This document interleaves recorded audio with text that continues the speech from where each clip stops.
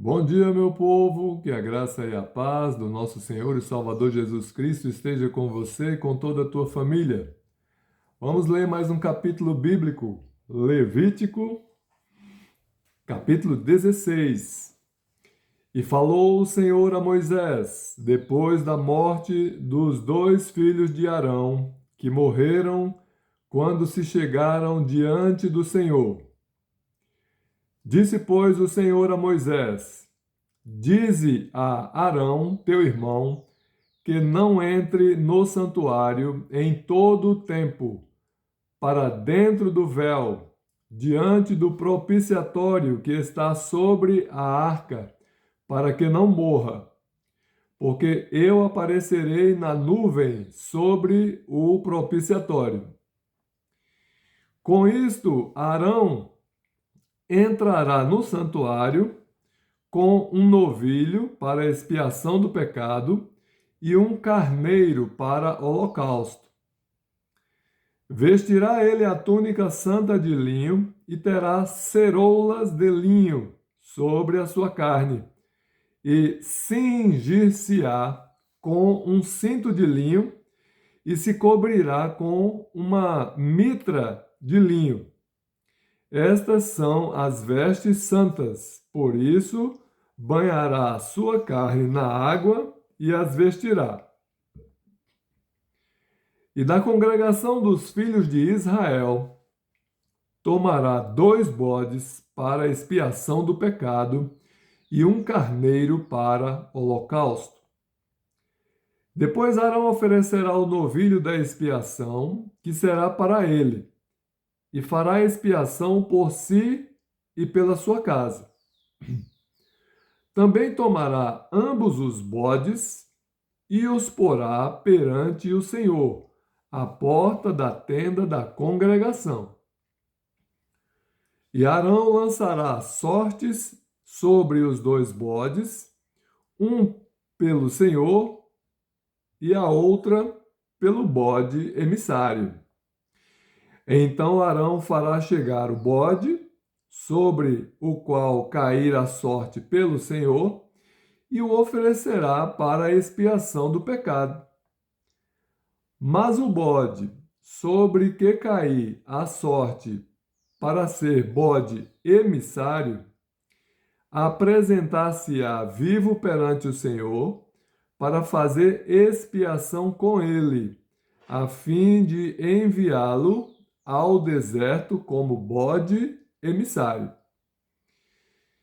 E Arão fará chegar o novilho da expiação, que será por ele, e fará expiação por si e pela sua casa, e degolará o novilho da sua expiação. Tomará também o incensário cheio de brasas de fogo do altar, de diante do Senhor, e os seus punhos cheios de incenso aromático moído, e o levará para dentro do véu. E porá o incenso sobre o fogo perante o Senhor, e a nuvem do incenso cobrirá o propiciatório, que está sobre o testemunho, para que não morra. E tomará do sangue do novilho, e com o seu dedo espargirá sobre a face do propiciatório para o lado oriental. E perante o propiciatório espargirá 7 vezes do sangue com o seu dedo.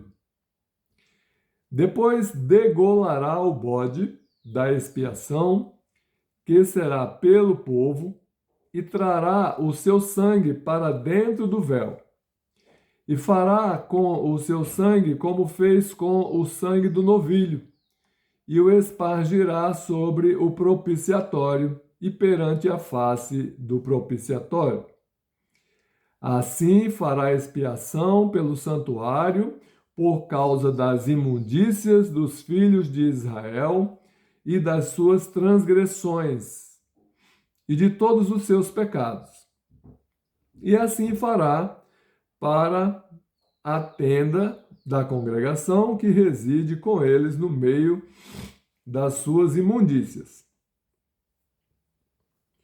E nenhum homem estará na tenda da congregação quando ele entrar para fazer expiação no santuário, até que ele saia, depois de feita a expiação por si mesmo e pela sua casa e por toda a congregação de Israel.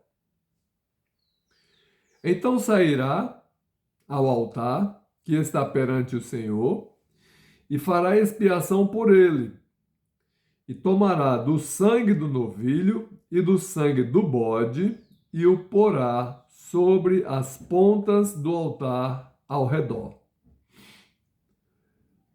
E daquele sangue espargirá sobre o altar com o seu dedo 7 vezes, e o purificará das imundícias dos filhos de Israel, e o santificará.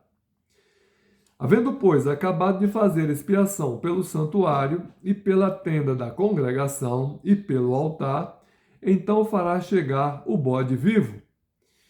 E Arão porá ambas as suas mãos sobre a cabeça do bode vivo, e sobre ele confessará todas as iniquidades dos filhos de Israel, e todas as suas transgressões, e todos os seus pecados, e os porá sobre a cabeça do bode, e enviá-lo-á ao deserto pela mão de um homem designado para isso. Assim aquele bode levará sobre si todas as iniquidades deles à terra solitária, e deixará o bode no deserto. Depois Arão virá à tenda da congregação e despirá as vestes de linho que havia vestido quando entrara no santuário, e ali as deixará. E banhará a sua carne em água no lugar santo, e vestirá as suas vestes. Então sairá e preparará o seu holocausto e o holocausto do povo, e fará expiação por si e pelo povo. Também queimará a gordura da expiação do pecado sobre o altar. E aquele que tiver levado o bode emissário lavará as suas vestes e banhará a sua carne em água, e depois entrará no arraial. Mas o novilho da expiação e o bode da expiação do pecado, cujo sangue foi trazido para fazer expiação no santuário, serão levados fora do arraial. Porém, as suas peles, a sua carne e o seu esterco queimarão com fogo. E aquele que os queimar lavará suas vestes e banhará sua carne em água, e depois entrará no arraial. Isto vos será por estatuto perpétuo. No 7º mês, aos 10 do mês, afligireis as vossas almas, e nenhum trabalho fareis, nem o natural, nem o estrangeiro que peregrina entre vós. Porque naquele dia se fará expiação por vós, para purificar-vos, e sereis purificados de todos os vossos pecados perante o Senhor. É um sábado de descanso para vós, e afligireis as vossas almas. Isto é estatuto perpétuo. E o sacerdote que for ungido e que for sagrado para administrar o sacerdócio no lugar de seu pai, fará a expiação, havendo vestido as vestes de linho, as vestes santas. Assim fará expiação pelo santo santuário. Também fará expiação pela tenda da congregação e pelo altar. Semelhantemente, fará expiação pelos sacerdotes e por todo o povo da congregação. E isto vos será por estatuto perpétuo. para fazer expiação pelos filhos de Israel de todos os seus pecados, uma vez no ano. E fez Arão como o Senhor ordenara a Moisés. Então, meus amados, assim era, como nos demais capítulos anteriores que li, não é? Os ritos dos estatutos que Deus instituiu sobre o povo de Israel concernente a perdão de pecados, né? Bode emissário, né? Que era lançado ao deserto, levando os pecados do povo, e sacrifícios, e aspersão de sangue, né? Sacrifícios anuais, enfim. Hoje nada disso mais é necessário. Por quê? Porque o sacrifício de Jesus na cruz do Calvário, ele é suficiente para a purificação dos pecados de todo aquele que crê. Jesus morreu para perdoar os nossos pecados, né? Ele morreu no nosso lugar, a fim de nos substituir naquela cruz. E o sangue de Jesus Cristo, Filho de Deus, nos purifica de todo o pecado. Então, o que precisamos fazer para sermos salvos? Confessarmos a Jesus como Senhor das nossas vidas. A Bíblia diz que se confessarmos os nossos pecados, Ele é fiel e justo para nos perdoar os pecados e nos purificar de toda injustiça que tivermos cometido. Não precisamos confessar os nossos pecados a pastores, padres, líderes espirituais. Não. Nós não podemos deixar de nos arrepender dos pecados que cometemos, confessarmos a Deus, né, e pedirmos a Ele perdão. E o sangue de Jesus Cristo foi derramado exatamente para isso, para nos conceder perdão. E não podemos viver em pecado, né? O pecado na vida do cristão, ele tem que ser uma coisa muito esporádica, acidental, sem um planejamento, sem nada premeditado, né? Porque se Cristo morreu por nossos pecados, como viveremos ainda neles?